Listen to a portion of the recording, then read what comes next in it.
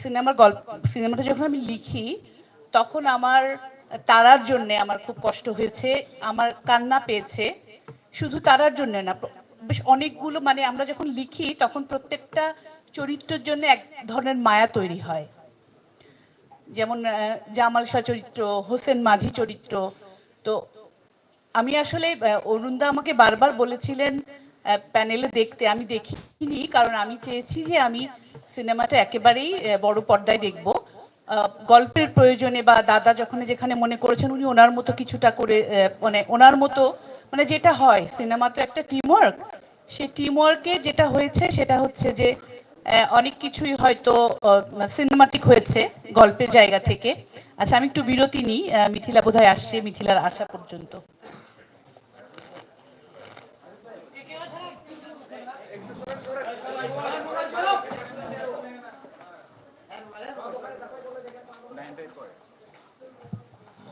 আমি অনুগ্রহ করে আসলে চয়নিকা চৌধুরী, অনন্য এবং রাজীবকে আমি প্লিজ একটু আমাদের কাছে চাইছি। চয়নিকা চৌধুরী, আপনাকে একটু চাইছি আমাদের কাছে।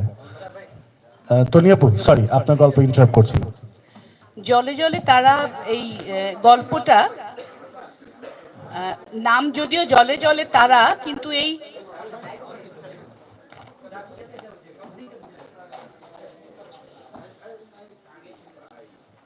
আমার মনে হয় আপনারা মুভমেন্টটা কম করেন, তাহলে অনুষ্ঠান দীর্ঘায়ু হবে না, তাড়াতাড়ি শেষ হয়ে যেতে হবে।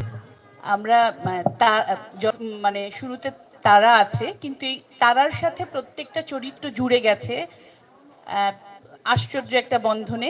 আমার মনে হয় আপনাদের এই সিনেমাটা দেখলে ভালো লাগবে। আপনারা আসলে তারার যে জায়গাটা, সেটা মানে এই সিনেমাতে মূল বিষয়টা বোধহয় তারার জায়গাটা ধরতে পারা, মানে তারা, মানে এইটা একটা টাইমলেস একটা গল্প, যে আমরা আসলে কেউ মনে করতে পারে এটা হয়তো 19 শতকের শুরুর দিকে বা মধ্যভাগে এরকম, বা আমরা চাইলে এই সময়ের সাথেও মেলাতে পারি। হ্যাঁ, এই সময়ের যে প্রযুক্তির যে ব্যবহার সেই জিনিসটা নেই, কিন্তু মানবিকতা, মানুষের সাথে মানুষের সম্পর্ক, মানে এই গল্পে প্রত্যেকটা মানুষ, এখানে কেউ কারোর সাথে মানে আত্মীয়তার বন্ধনে আবদ্ধ নয়, কিন্তু তনিয়াপু, প্রত্যেকটার সাথে একটা অনেক সম্পর্ক কিছু তৈরি শুনতে হচ্ছে। চাই না গল্প নিয়ে, বেশ কিছুটা অংশ দেখতে চাই পর্দায়। হ্যাঁ, আমি কিন্তু আসলে আমি বুঝতে পেরেছি যেটা খুবই সুন্দর করে যেটা তনিয়াপু বলছিলেন, যে প্রতিটি চরিত্রের প্রতি তার যে মায়া, সেটা কিন্তু আমরা পাণ্ডুলিপি পড়ার সময় পেয়েছি, এবং সেখান থেকে আমাদের চরিত্র গঠনে অনেক সহযোগিতা হয়েছে। আমি ধন্যবাদ জানাচ্ছি সবাইকে, আর আমি টিমের সবাইকে ধন্যবাদ জানাচ্ছি, অনন্যকে, রাজীবকে। আসলে আমরা কিভাবে ধন্যবাদ জানাবো।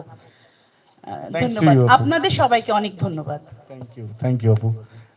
আপুর মাইকটা, সরি ভাইয়া, সরি, আমাদের নিচ্ছি। Thank you.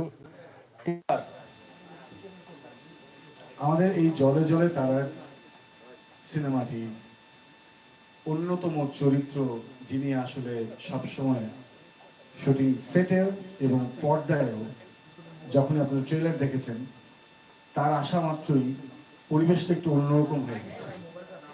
যে চরিত্রের নাম হচ্ছে জামাল শাহ, এবং এই চরিত্রটি করেছেন আমাদের শ্রদ্ধেয় ভাজন, আমাদের শিক্ষক বড় ভাই পাবেল ভাই। পাবেল ভাই কে আসলে পরিচয় করে দেওয়ার তো কিছু থাকে না, কিন্তু একটি কথা বলতে চাই যে আমি ব্যক্তিগতভাবে ভীষণ সৌভাগ্য ছিলাম যে আমার ক্যাম্পে আমার সামনের রুমটা ছিল পাবেল ভাইয়ের রুম। তো প্রতিদিন সকালবেলা ঘুম থেকে উঠে দরজা নক করে একটা কফি বানিয়ে দিতাম পাবেল ভাইকে, যে পাবেল ভাই, এই উসিলায় যদি আপনি আমাকে কিছুটা অভিনয় শেখান কিংবা বকাবকি করেন, তাহলে হয়তো জীবনটা সুন্দর হয়ে যাবে, অভিনয়টা তো ভালো করে করার চেষ্টা করতে পারবো। পাবেল ভাইয়ের কাছ থেকে, থ্যাংক ইউ দাদা, পাবেল ভাইয়ের কাছ থেকে দুটো শব্দ শুনতে চাই। পাবেল ভাই, কেমন লেগেছে পুরো জার্নিটা? আমার মনে অন করাই আছে কিনা, কেমন লেগেছে পুরো জার্নিটা? এবং জার্নিটা যেটা সিনেমা, যে কোনো সিনেমায় কাজ করা আসলে একটা বড় একটা জার্নি বটে। কারণ হচ্ছে যে এখানে গল্প থাকে, টেকনিক্যাল লোকজন থাকে, এবং ঘন্টার পর ঘন্টা আমরা একসাথে কাজ করি। এখানে এমন অনেক বন্ধুত্ব তৈরি করি। আবার যাকে চিনি না তার সাথেও একটা ইন্টারাকশন এমন একটা জায়গায় যায় যেটা দীর্ঘস্থায়ী একটা সম্পর্ক তৈরি করে। আর এখানে আমরা যারা কাজ করেছি এখন সবাই পূর্ব পরিচিত, এবং আমাদের অভিজ্ঞতা আছে কাজ করার, শুধু কাজে না, কাজের বাইরেও আমাদের নানান ধরনের ভাবে আমাদের সাথে পরিচয়